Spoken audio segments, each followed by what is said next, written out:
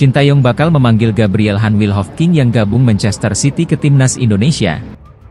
Langkah cepat harus dilakukan PSSI untuk memproses naturalisasi gelandang 18 tahun tersebut. Jika terlambat, Gabriel Han Wilhoffking bisa diambil timnas Inggris yang membutuhkan pemain bertalenta di skuad mereka. Sekadar diketahui, Gabriel Han Wilhoffking hampir memperkuat timnas Indonesia U17 di Piala Dunia U17 2023. Ia merupakan satu dari 4 pemain diaspora yang dipersiapkan memperkuat skuad asuhan Bima Sakti di Piala Dunia U17 2023 yang dilangsungkan di Indonesia. Selain Gabriel Han Wilhoffking, 3 nama lain adalah Chow Yun Damanik, Welber Jardim dan Amar Brerkik. Pada akhirnya, hanya Welber Jardim dan Amar Brerkik yang bisa memperkuat timnas Indonesia U17 karena keduanya memiliki paspor Indonesia. Sementara itu, Gabriel Han Wilhoffking dan Chow Yun Damanik gagal memperkuat skuad Garuda Asia karena harus menjalani proses naturalisasi menjadi warga negara Indonesia, WNI. Berhubung proses naturalisasi membutuhkan waktu yang lama, sedangkan Piala Dunia U17 2023 sudah berada di depan mata, Gabriel Han Wilhoffking dan Chow Yun Damanik batal diproses lebih lanjut. Kalau memang perlu naturalisasi, ya naturalisasi, kata pelatih timnas Indonesia U17 di Piala Dunia U17 2023. Cuma itu, proses naturalisasi, bisa enggak prosesnya sampai November? Itu sudah mepet, lanjut Bima Sakti. Berselang hampir setahun dari omongan Bima Sakti di atas, kabar mengejutkan datang dari Gabriel Han Wilhoffking. Menurut laporan jurnalis Italia Fabrizio Romano, Gabriel Han Wilhoffking diboyong Manchester City U19. Manchester City setuju mendatangkan gelandang kelahiran 2006 dengan talenta luar biasa untuk tim U19. Gabriel Han Wilhoffking meninggalkan Tottenham beberapa minggu lalu dan ia gabung Manchester City dengan kontrak selama 2 tahun, tulis Fabrizio Romano di akun X-nya, Fabrizio Romano.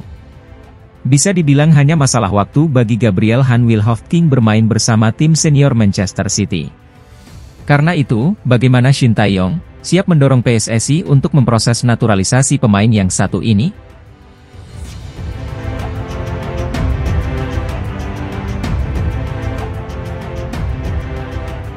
Shin Tae yang minta tambah pemain naturalisasi baru, gabung timnas Indonesia, kualifikasi Piala Dunia 2026. Pelatih timnas Indonesia Shin Tae yang buka peluang pemain naturalisasi baru. Menghadapi grup C ronde 3 kualifikasi Piala Dunia 2026 zona Asia, tidak cukup mengandalkan pemain yang ada. Pertandingan grup C ronde 3 kualifikasi Piala Dunia 2026 lebih berat dibandingkan ronde 1 dan ronde 3. Shin Tae yang tidak mau Indonesia gagal lolos bermain Piala Dunia 2026. Pemain baru menjadi incaran Shin Tae yang adalah Martin Paes, Oli Romeni, Jairo Riedewald, dan Kevin Dix. Peluang besar pemain naturalisasi baru gabung Indonesia adalah Oli Romeni.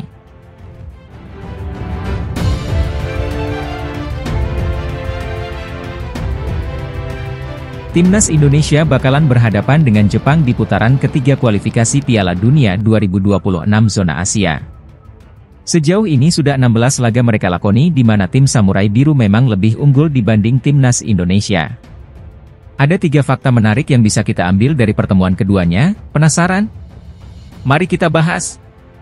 Di laga terakhir lawan Jepang, Shin Tae-yong memang gagal membawa timnas Indonesia menang atas Jepang di Piala Asia 2024. Tapi saat menukangi Korea Selatan, Shin Tae-yong punya catatan manis dan ini bisa menjadi hal yang membuat sang pelatih percaya kembali bahwa dia bersama timnas Indonesia masih mungkin memenangi laga.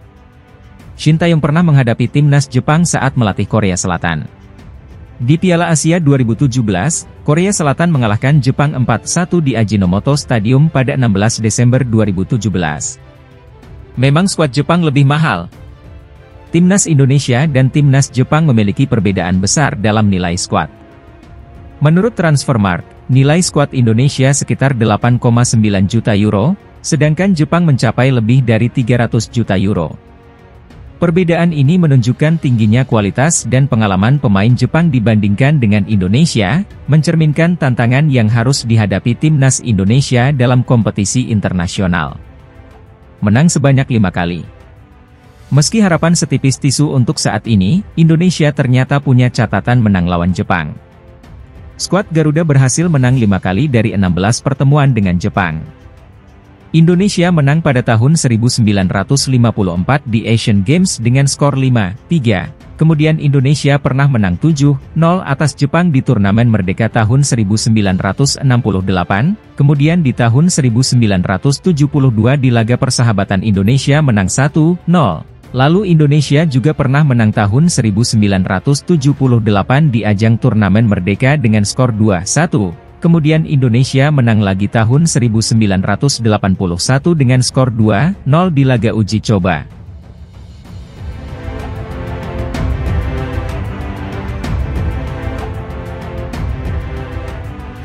Media Italia ternyata ikut menyoroti hasil undian round 3 kualifikasi Piala Dunia 2026 yang membuat timnas Indonesia masuk ke grup neraka. Timnas Indonesia akan berjumpa Jepang, Australia, Arab Saudi, Bahrain, dan Cina untuk berebut tiket keputaran final Piala Dunia 2026. Media Italia ikut menyoroti terjadinya grup neraka ini. Sebab, pelatih asal negeri pizza Roberto Mancini bertugas sebagai pelatih Arab Saudi. Menukil dari laporan Gazzetta, Arab Saudi akan berebut tiket lolos langsung dengan 2 tim kuat, Jepang dan Australia. Situasi buruk dihadapi Roberto Mancini. Arab Saudi asuhannya tergabung dalam grup yang sulit di kualifikasi Piala Dunia 2026, tulis laporan Gazzetta. Menariknya hanya 3 tim saja, yakni Jepang, Australia, dan Arab Saudi yang dianggap bisa memperebutkan tiket.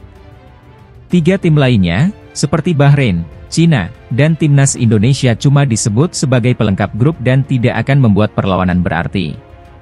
Adapun nantinya, peringkat pertama dan kedua grup akan langsung melaju ke putaran final Piala Dunia 2026 yang digelar di Amerika Serikat, Meksiko, dan Kanada. Lalu untuk peringkat ketiga dan keempat bakal diadu lagi di putaran keempat. Sedangkan 2 tim terakhir bakal gugur.